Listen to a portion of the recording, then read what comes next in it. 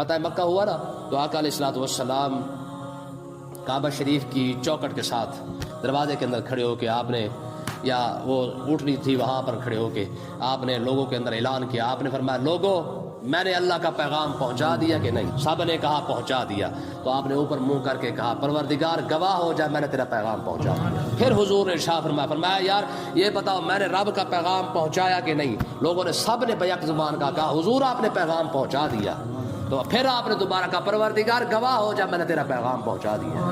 یعنی ان اتبع الا ما یوحی الی، فرمایا میرے ذمہ وہی ہے جو اللہ تبارک و تعالی مجھے عطا فرماتا ہے میں تم تک پہنچا دیتا ہوں. تو یہ آقا علیہ الصلوۃ والسلام کو خود رب تسلی دے رہا ہے کہ میرے محبوب پریشان ہونے کی ضرورت نہیں ہے، آپ میرا پیغام پہنچا دیں. ٹھیک ہے، آپ ہدایت والا مسئلہ میرے اوپر چھوڑ دیں. اب اس کا یہ مطلب نہیں ہے کہ یہاں پہ حضور ہدایت کسی کو نہیں دے سکتے ہیں. یہاں پہ صرف ذمہ داری کی بات ہو رہی ہے کہ محبوب ویسے تو آپ جسے چاہے ہدایت عطا فرما دیں.